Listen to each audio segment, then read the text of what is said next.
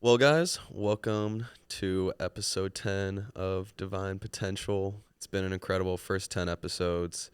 And today I'm actually in the studio by myself. So, um, yeah, this is different, but I feel like it's important to kind of just let you guys know who I am and my story and where divine potential came from and just how I came to the Lord. Obviously, you guys probably have noticed a significant pattern that in a lot of the episodes, we're talking about Jesus a lot. We're talking about Jesus, self development, entrepreneurship, fitness. We're talking about all those incredible things that I love to talk about.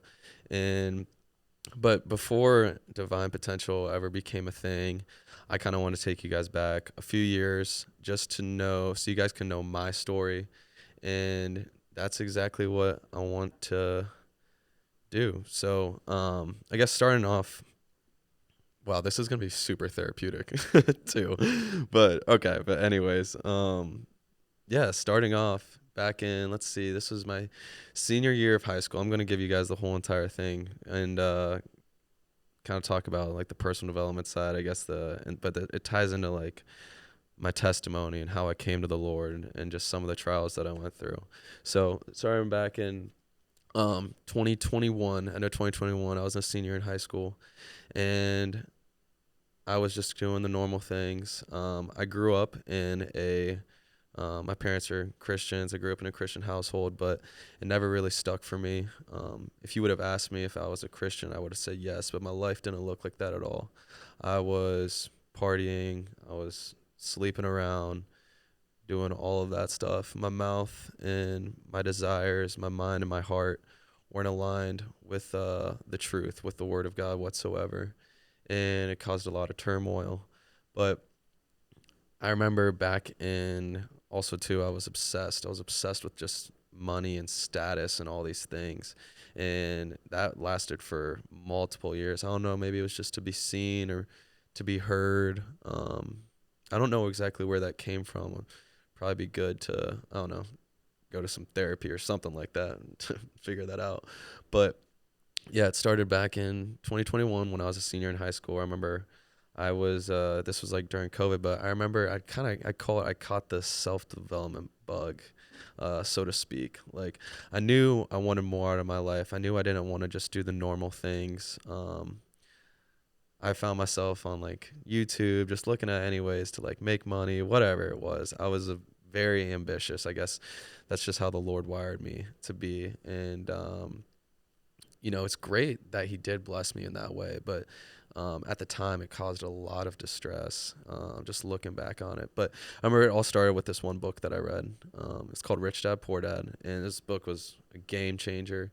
It was really like a book on personal finance, and that I remember I was reading it on my way to Hawaii, to go visit my sister, and I just remember reading that like entire book in flight there. It was like a 6-hour flight, and I just cooked through it, and it was teaching me all these things about just like that our normal school system doesn't teach us, just about like taxes, buying real estate, building wealth, um, just a very well thought out personal finance book by Robert Kiyosaki. So I recommend reading that. But after I read that book, I started to just question a lot of the things with like the school system, and I was just like, man, like I don't necessarily know if college is going to be the right thing for me.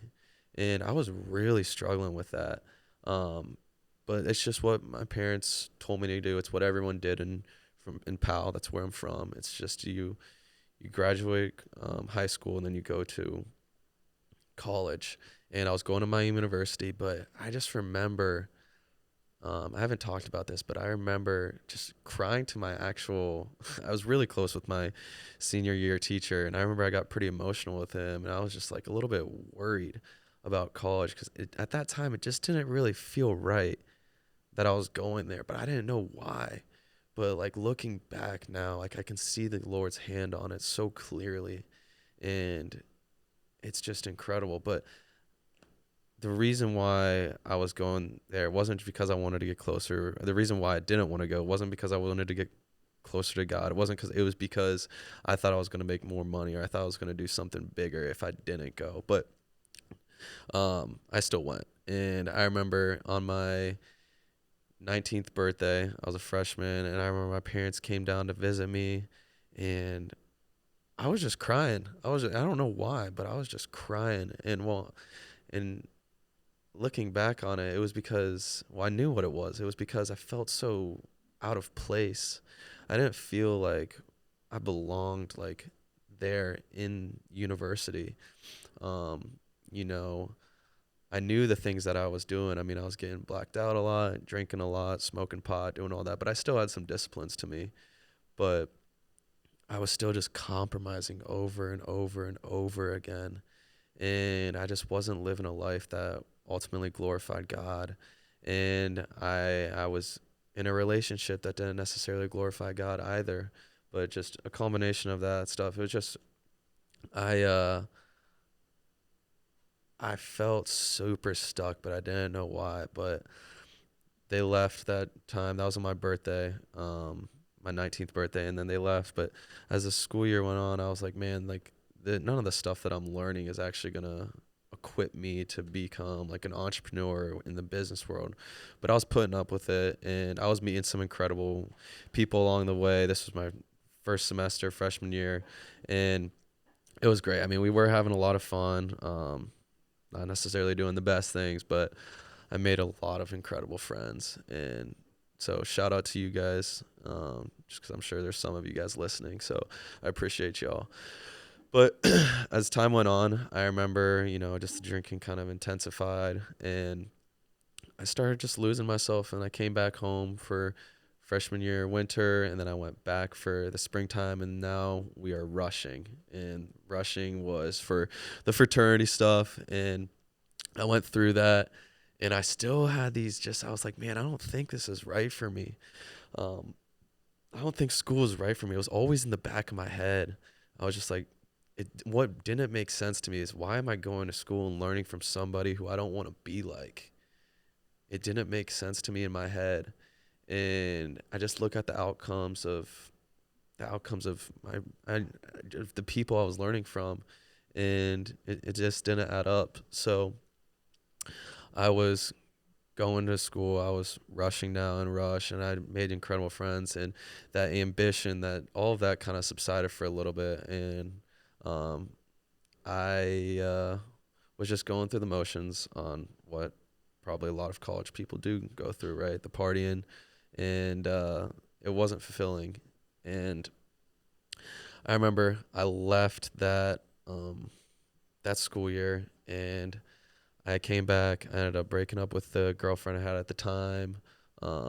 She was a great girl. It was a great girl. But I ended up breaking up with her, and I knew, I was like, man, I don't think I want to go back to school, and I'm going to do anything I can to not go back to school. And I also thought too, I was like, and I'm going to run after God. I'm going to learn more about God. I started going, also, I forgot to mention, I started going to these real estate networking events before that. That was in the springtime. And I started like preparing myself for almost a departure, that I didn't necessarily know when, but I knew it was coming. Um, Looking back on it now, like, there was just something inside of me that was telling me, like, you're gonna go out and you're gonna do something different. And I didn't really know how to, I guess, feel that, or where to go with that. But I felt that. And I remember, so now came back, we're going into my sophomore year of college. We're in that summer still, like I'd already said. And I thought I was going to drop out of school, but I literally remember writing down in my journal, I was like, I literally wrote it down like every single day. I was like, you're going to drop out of school. I was just trying to like manifest this into real life. And it didn't work out like that. I ended up going back to school, and I was trying to start a wholesale real estate business. So I'm not going to necessarily go into like what that is. But I remember I was trying to do that. I was away from the party scene. Now I'm back in the party scene, and I was just I started getting these like anxiety attacks that I've never gotten in my life. And I remember calling one of my best friends, Christian, up, and just like explaining him all these like how I'm feeling. It's just like I don't know what it is, but I'm not supposed to be here. I couldn't put my finger on it. And it was probably, well, the anxiety attacks mixed in with all the drinking, and trying to make a business happen that I had zero idea on how to work or how to do. I didn't have any mentors in my life at this time, but I remember my parents came down again. This was for my 20th birthday, and they kind of same outcome as my 19th birthday. I remember I just spent the day. They came down. They were gonna have celebrate it like normal, and I just spent the entire time at that lunch just in tears, explaining to them and telling them I was like, I don't know why, but I'm not supposed to be here. It was so ingrained in my head that looking back on it now, it was God, but at the time I didn't know who it was, what it was. I didn't know what to believe. And I, yeah, I was very confused exactly on, so to speak. But I, they came down, like, I don't know, I was losing my train of thought for a second, but came back. We had that whole thing at dinner, at the birthday dinner. And all I could think about at that time was, I need to get out of Oxford. I just need to breathe for a second. Oxford, Miami. I was going to Miami University. I didn't cover that. And I remember all I could think about was, I just need to get back to church. I need to go home. And it just so happened too that a real estate investor who I'd met at one of those meetups was hosting one, and I was like, great, like I need to go back home.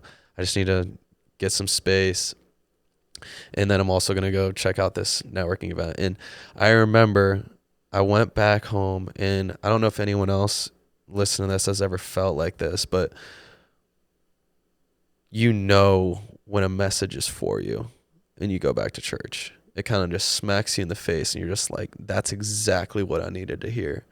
And when I went back to church that one weekend in the beginning of September, I had seen someone share their testimony on the screen, and one of the pastors, shout out Pastor Kayam at Rock City Church, he shared a message. And frankly, I don't even know if this was what the message was on, but what I got taken away from it is like, you need to take a step of faith. So that's exactly what I knew I needed to do. I knew I had to leave behind Miami. I knew I had to leave behind my friends, even though it was going to be scary. I was going to be going against everything that my parents had kind of paved the way for. Go to college, get the degree, just do what kind of everyone else has done. Both my parents graduated from college. Both my sisters graduated from college. And pretty much all of my family went through college. But I knew it wasn't the right thing for me. It wasn't the grades or anything like that, but just deep down, I just knew that there's something else out there for me. And I came back to school after that experience on that Sunday. And the first thing I did, I literally remember I wrote down like people that I might be able to learn from in the real estate space. And because clearly the wholesaling thing was not working, and I just didn't know enough. But I remember I made that one genuine relationship. I made that one connection, and with a local real estate investor here. And it just so happened, literally at the perfect timing, he had released a job opening for a project manager. Now, I had no idea what a project manager was. I had zero clue. But I just knew that I was willing to do whatever it took to get out of the position I was in, to burn the boats, and to just kind of bet on myself and do something that I just felt that it was the right move to make. And so I reached out to him, and I told him, I remember texting him, I was like, hey man, like, I'm willing to do whatever it takes. I'm willing to drop out of college and burn the boats and work and learn from you and just try and serve you, essentially. And he was like, okay. And he told me to come back to Columbus. So I came back to Columbus and for an interview, and it was between me and like 20 other people. And he gave me a shot. And so I remember he calls me, he explains to me, hey, we're giving you an opportunity. And I was like, oh my gosh, frankly, I didn't even think I was going to get it.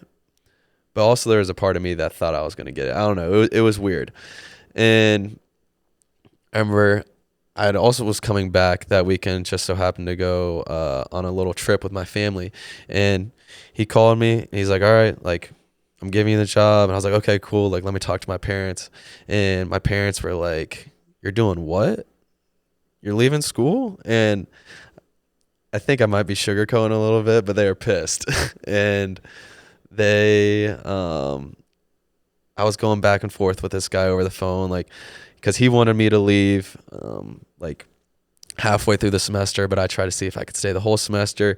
And he was like, hey man, like, put your money where your mouth is. Like, you said you're going to drop out. Like, I can't wait. We can't wait that long for our next project manager. And I was like, okay. So I was talking to my parents. My mom was pissed. I remember her, like, yeah, she was so upset. And if I remember correctly, I remember, like, she was crying. I was crying. My dad was just flustered because they're like, you're leaving halfway through the semester. But I knew if I didn't make that decision, I was going to resent myself. And I would not be able to live with myself if I just didn't take that one opportunity. It all comes down to that one opportunity. And you either got to seize it or it's just going to pass you by. And one thing that I think about is I want to limit the amount of what ifs I have in my life. So that's why I go after the things I go after. But that's just a little side tangent. But anyways, I call the guy back and I'm just telling him, like, I'm in, let's do it. And so I go back to Miami. I tell my friends, people are, I remember a couple of my friends crying and they're like, we hope you know what you're doing. People were confused. They're like, you're doing what? You're dropping out of college, all this stuff. So I started to develop a chip on my shoulder at that point. Felt like I had all these people to prove wrong. And that was the beginning of starting something, not the healthiest, right? And so I moved back from Miami of Ohio. Shout out all my boys from Miami. They're incredible. The guys who, I'm close with. You guys are awesome. And so anyways, I came back from Miami and I was like, this is going to be great. I'm going to learn everything I can in business and in real estate. I'm going to try and grow closer to God. And like, that was really my intention. I was like, Lord, I see how you you showed up. So like, now I'm going to just really try and do this Christianity thing, do it the right way. And I came back and quickly all sorts of things just, I guess, I don't know if I want to call them things, but I was learning a lot. I was learning a lot working for this guy, but over time, money and girls and partying and all that started just consume me. And not to say that I was doing it often, but I was doing it and it was very much a part of my life. And a few things pop out in my head. 3 instances to be exact. I worked over the course of the year and a half that I worked for this guy, and he taught me so much. It was an incredible time working for him, and I got a lot of love for him and his family. But I just ultimately I had to leave and to grow into the person that I wanted to become. So anyways, I left. I dropped out of school in, let's see, it was October of 2022. And then I started working for this guy, and all these things about wanting to, like, all that I could think about was just the money. And, that was it. And I remember 3 times vividly that, really stick out to me, where I started slipping in and becoming a person that I did not want to become. First instance was I was going to a networking event, and I remember that at this event I got very drunk, and oh, hold on one second. I remember, yeah, like I said, I was very under the influence and drank too much. And me and some other guys thought it'd be a good idea to try and go to the casino. And I was underage. I was 21. And I didn't think I mean, I didn't know if I was going to be able to get in or not, but some of the other guys are like, oh, we're going to get you in. It's going to be all right.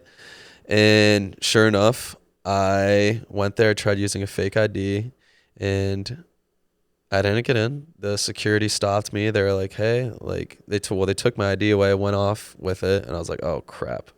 Like, here we go. Something's going to happen. And the other people tried to assure me that it was going to be all right. And clearly, it wasn't going to be okay.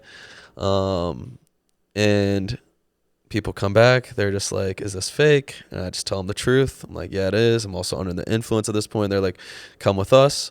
So then they take me into the back room of this casino. It's like me and 8 police, and they're basically just like interrogating me, asking where I got this fake ID from, and all this stuff. And thankfully they didn't know that I was under the influence, but I was. But I had to go to court for that. I had to pay like $800 in court fees. I got a first-degree misdemeanor. And at that time, my mind was so clouded. I thought it was funny.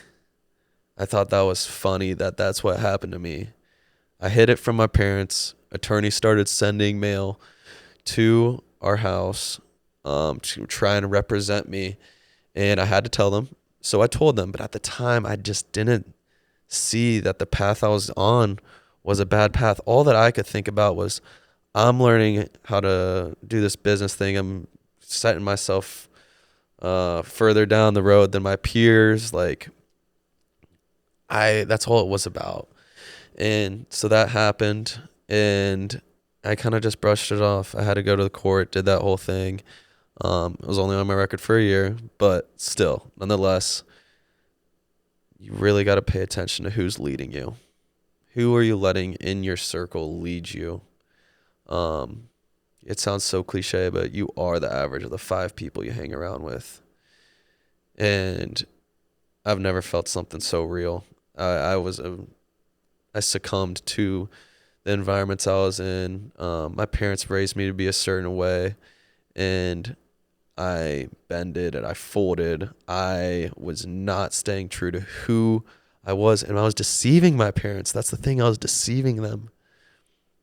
They had no idea. But anyways, that was the first instance. But my brain was still so clouded. And I was still going to like church every once in a while at this point. And I started just feeling like a little guilty here and there, but I wasn't ready to surrender yet. I was still going to do it my way. There was no one telling me anything different. I had so much pride, ego. All I could think about was me and myself. That's it. That's all it was. And like I would say, like I want to make all this money to help people. I want to make a difference, all that. And like I'm sure, and like deep down I wanted to, but the real reason why is I almost wanted validation. And I just wanted the validation. I wanted just the money. It was such an idol in my eyes. And so that was the first instance. But then next instance was I went to Cabo San Lucas with some people, and they spent the whole week. We're celebrating a wedding, and just that entire week I was partying, just doing all sorts of stuff. I remember I went to the strip club for the first time, and I felt so like I just felt ashamed of myself. I don't know, it wasn't me. And then I did cocaine for the first time, and I went through this entire week just drinking, the strip club, getting introduced to cocaine, and then I came back, and something started to change. I felt so filthy. I felt like I didn't even know who I was, and I remember crying out to my parents. I was crying to my parents, just explaining to them like all the things that were going on. And also during this time too, I started even drink and drive. And that is terrible. It's horrible. And just to see how God just saved, how his hand was just on my life, because that is the most selfish thing you can do, is get behind the wheel after consuming alcohol. And I've told my dad about that before, but I've never told my mom about that, just because I know it'd break her heart. But that was going on too, and it was because the people I was surrounding myself with, like drinking and driving, that was like the cool thing to do. The drugs, the cool thing to do. Um, all that stuff. That was just like why, you know, um, sometimes like we worked for the things we did. It was just like for those experiences. But anyways, I then started to really feel like it on my heart. I was like, something's got to change. Like you're gonna have to, quit working at the job you're working for, because I knew deep down, I was like, I'm not gonna grow in my faith. I mean, because the Lord, I felt him pulling at me. Like he wanted all of me. Like, guys, we serve a jealous God who wants our hearts and our full attention. And I just felt him pulling on me. It was almost just like him telling me to come home. And now this is in July. And I started just getting these realizations. I was like, okay, well, I can like handle, being whatever in this environment for another year, or I'm just going to have to put up with it. But then I started, the drinking was still going on, the girls, all this, hooking up, all that. And it started really weigh on me. I was losing myself, and I remember it was like that from like July until November. But what happened in October is, now this is of October of 2023, is I remember coming to my buddy Oscar, and I remember telling him, I was like, man, like I feel like my confidence is just shot. Like I've always been a confident dude, but I feel like my confidence is shot. I don't know who I am. Like I'm even having a hard time talking to girls, just like all this stuff. And I was like, but I don't know what it was. And I remember telling him that, but deep down I knew what it was. And then I wasn't keeping, I had no word. I had no integrity. I wasn't staying true to I wasn't keeping promises to myself. And when you don't keep promises to yourself, or you don't stay true to your word, your internal and like your integrity and your confidence, it gets shot. So if you're someone who might be struggling with even confidence, or whatever, think about the promises you're trying to keep to yourself. Have you been breaking those? Are you staying true to those? Because that'll compound. Just in the same way, when you keep breaking promises, when you keep saying you're going to do one thing, but you don't do it over and over and over again, that's going to break you. And I remember and I knew what it was, but I was telling my buddy Oscar, I was like, oh, I don't know what it was, but I knew what it was. And then now, literally a couple weeks later, this is what kind of a pretty cataclysmic moment, I guess, so to speak, is my buddy had just won his pro bodybuilding competition down in Hamilton Township in Ohio, and he won it, and he wanted to go back to Miami because he also went there for a short stint before he decided to go into the Navy. But he was also the one who I'd literally like be calling, like kind of pouring out my heart to him, and he's just love that guy. Love that dude. But anyways, he wins the bodybuilding competition. He's like, let's go to Miami to celebrate. And we go, and I remember we were at the bar and having a good time. I was like sober at this point. And also too, I started feeling like, I need to make a change. Maybe I'm just drinking too much, doing stupid decisions. Like I want to try and like do this Christianity thing, like right. And,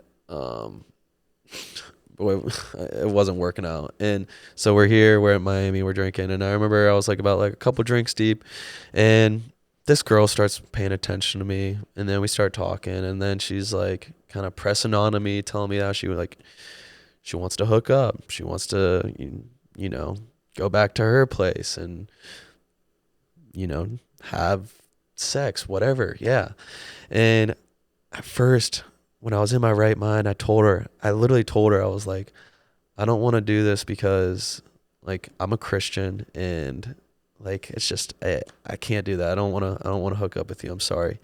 And that was earlier in the night. And then as I drank more and more, my standards and my values just started going lower and lower and lower. And the next thing I know, I catch myself going up to this girl and now I'm pursuing her and I'm just saying all sorts of things that I'm just like, yeah, like, I literally told her, I was like, let's go back to your place. Like, let's go, have sex, whatever.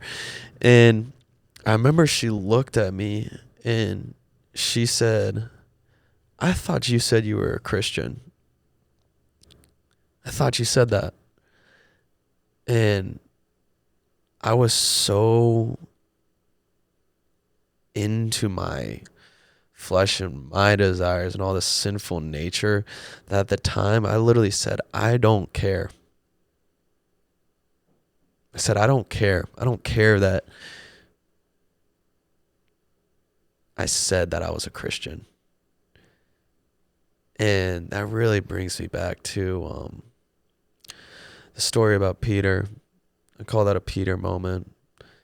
And it's when Jesus was getting, he was just taken off.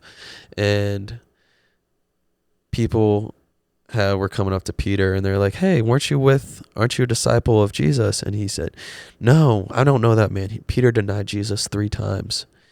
And I felt like Peter in that moment. I denied my Lord and Savior at that time.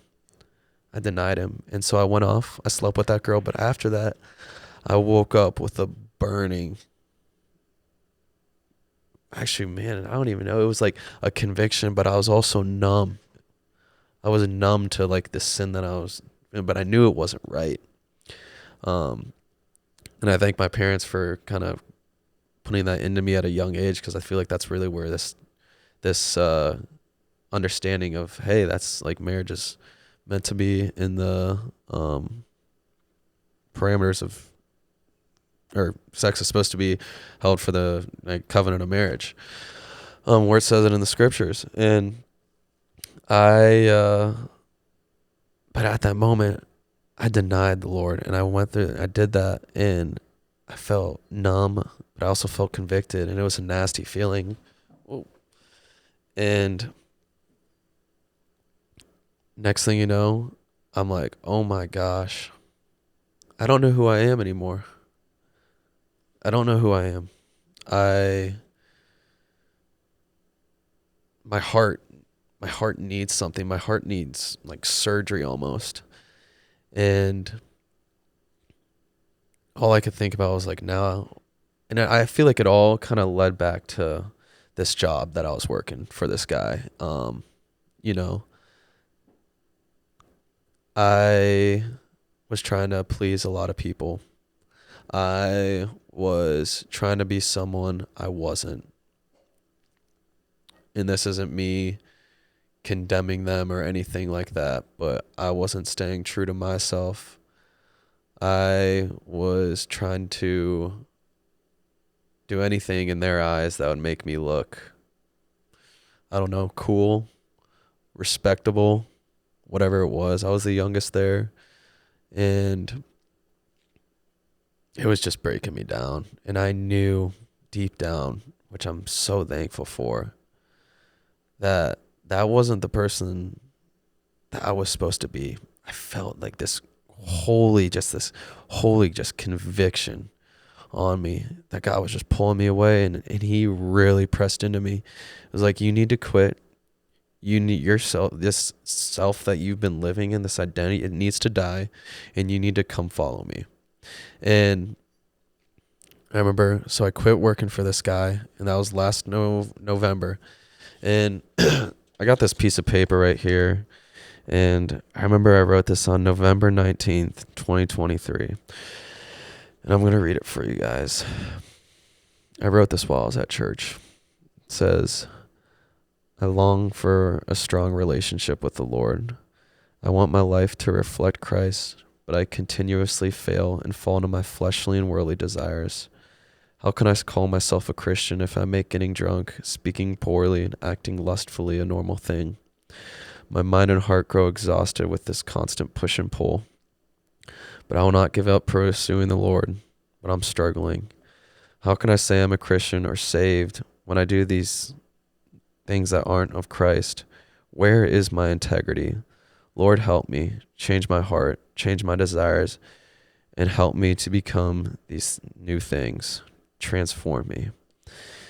And just reading on that, just seeing what God has done in my life this last year, but I'll talk about that after I finish the story. But I wrote that because I was struggling, man. I didn't know who I was. I lost myself, but I ended up quitting for this guy because I knew this is what I needed to do, and I needed to put those things in the past. And the first decision I made was I'm going to quit drinking alcohol. I said I'm going to go the month of December without drinking alcohol. And I've been hearing the church talk about these small groups, and one of my friends had invited me to a small group. I totally pushed him off for multiple months. Like, I'm not going to that. And I remember texting him. I was like, hey, man, like, are you guys still doing that small group? And it just so happened to be that just one of those. And they're like, yeah, we're having it tonight. So I ended up going to that small group. I was confessing all these things, letting the guys in who had been a part of my life in the past, but like I'd pushed them out. I didn't want anything to do with them because I was walking in so much sin, and I was so disgusted of myself that I didn't want to. I don't know. I just didn't want to bring it to light, but I was finally ready to. And so I went to that small group. We talked about all these things, and I started to just feel this like weight kind of get pulled off my chest. The next thing you know, I decided, I knew a couple people who were going to this thing called the Passion Conference, and I decided that I was going to go to the Passion Conference. It's this big conference in Atlanta, Georgia. It's for Christians in between the ages like 18 and 27, but there's 55,000 people there, and I was still kind of holding on to some things, but I remember showing up to this Passion Conference in the beginning of 2024, and I came into that conference and I was struggling with money being an idol, the substances, smoking pot, drinking alcohol. I was addicted to nicotine. I was cussing all the time. I couldn't stop listening to horrible music. And just the way I looked at people was so, it wasn't right. And I remember at one moment in the conference, I just felt the Lord just reveal himself to me. And I felt like in that moment, I got baptized by the Holy Spirit. And I remember telling God, I was like, I surrender it. I surrender everything to you, Lord. If you're not in it, I don't want it. I don't want it. I don't want anything to do with it. And I came out of that conference and I was never the same. The Lord started to change my desires. He started to change my heart. He gave me a new heart in that moment. It talks about that in Ezekiel 36:26. He says how he's going to take out your heart of stone and give you one of flesh. And he was just changing me, and he was pruning me.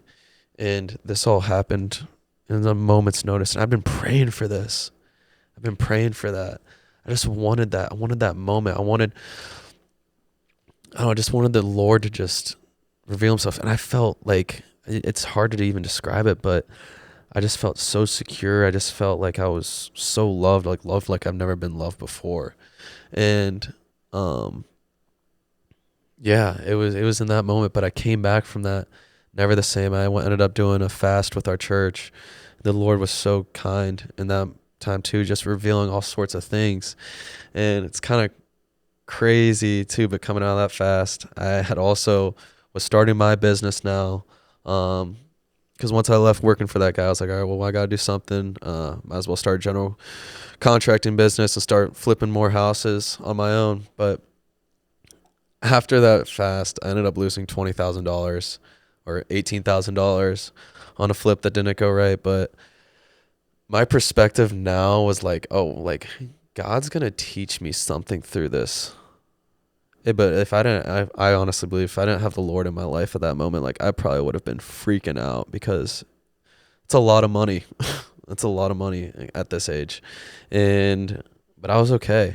I knew that the Lord was going to, do this for the good. And he did. So anyways, I came out of that and I ended up getting baptized in February, and I've just never experienced so much joy and so much freedom and so much peace and just a discernment in my life. And just I've never just changing my desires, just being able to really just want to just serve people and just love people well.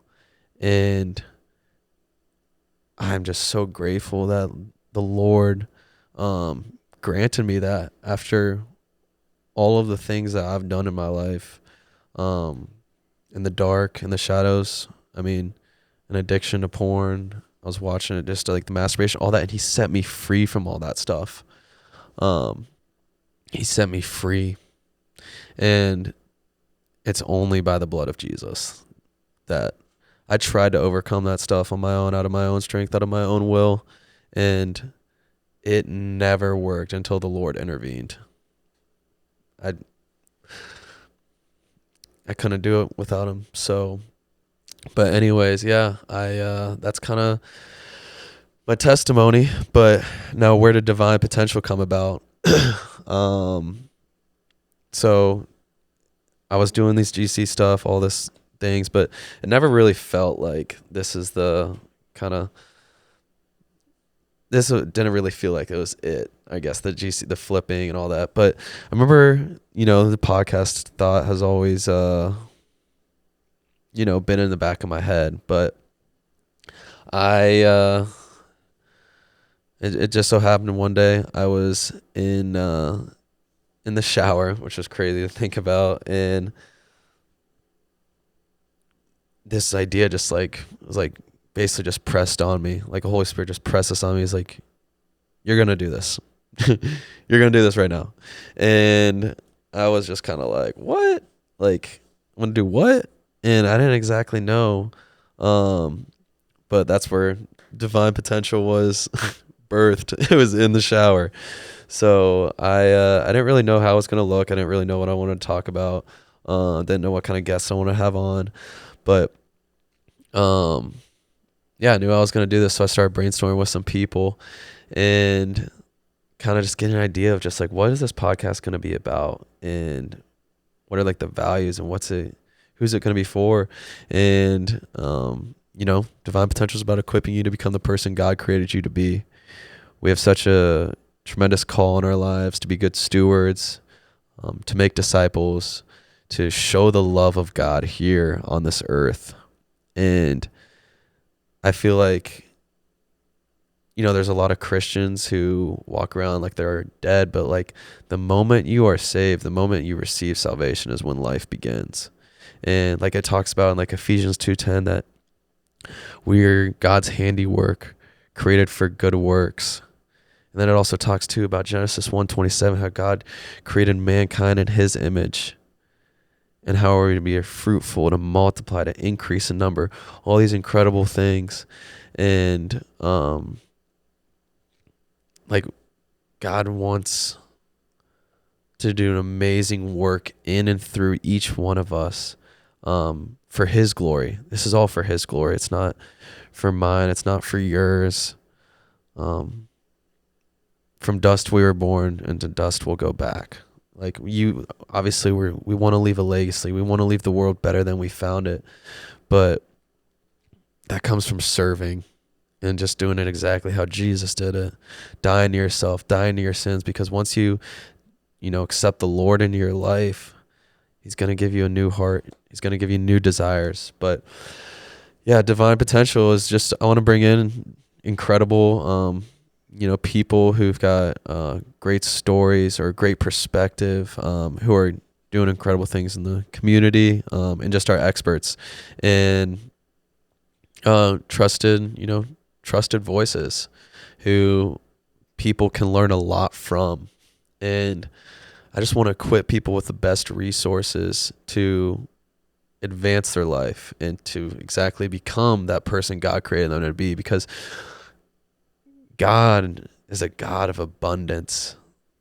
His first commandment to us was to multiply, to increase. You see that all throughout the Old Testament, to be fruitful and have more of the fruit, and the fruit of the Spirit, the love, joy, peace, patience, kindness, goodness, patience, self-control, all of that. And I might have missed one in there, but that's all right. And that is exactly what this podcast is about. It's about becoming all who God said we are. And for some people, that's going to look like maybe making a lot of money. For other people, it's not going to look like that. But I just know, like, the success in my mind is identifying God's kind of purpose for your life, moving into that purpose and becoming the best in that, right? So just stewardship. That's that Luke 16:10. He who can be faithful in little can be faithful in much. So stop thinking about all the outcomes. You need to be focused right now. And that's a lesson I'm trying to learn, is let's focus exactly on what's at hand here. How can we steward this, right, to the best of our ability for God's glory? And he's going to take care of the rest.